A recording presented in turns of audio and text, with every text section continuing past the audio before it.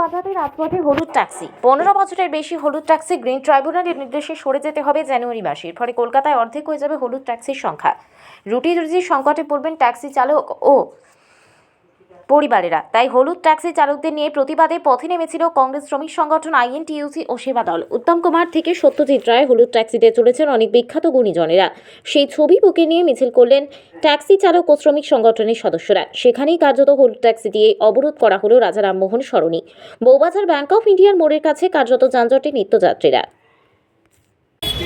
আমাদের আন্দোলন চলছে, চলবে, চলছে, চলবে। বন্দে মাতরম, বন্দে মাতরম, বন্দে মাতরম, বন্দে মাতরম, বন্দে মাতরম, বন্দে মাতরম।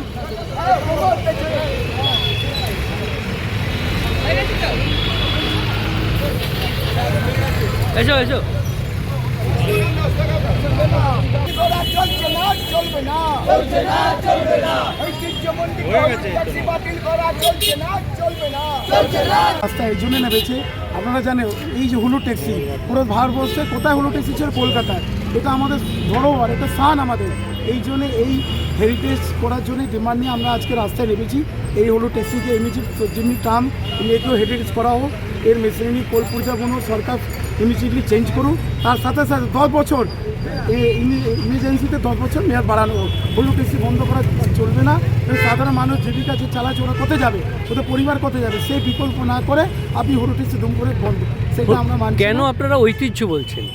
আরে হলুদ ট্যাক্সি আজকে সত্যজিৎ রায়, উত্তম কুমার থেকে হলুদ ট্যাক্সি নিয়ে শুটিং করেছেন। এখন সৈফ আলী খান, নতুন প্রজন্ম চিনুক হলুদ ট্যাক্সি। একটা নাম আছে ভারতবর্ষে, প্রথম জায়গা নিলে হলিউড পর্যন্ত বলে হলুদ ট্যাক্সি।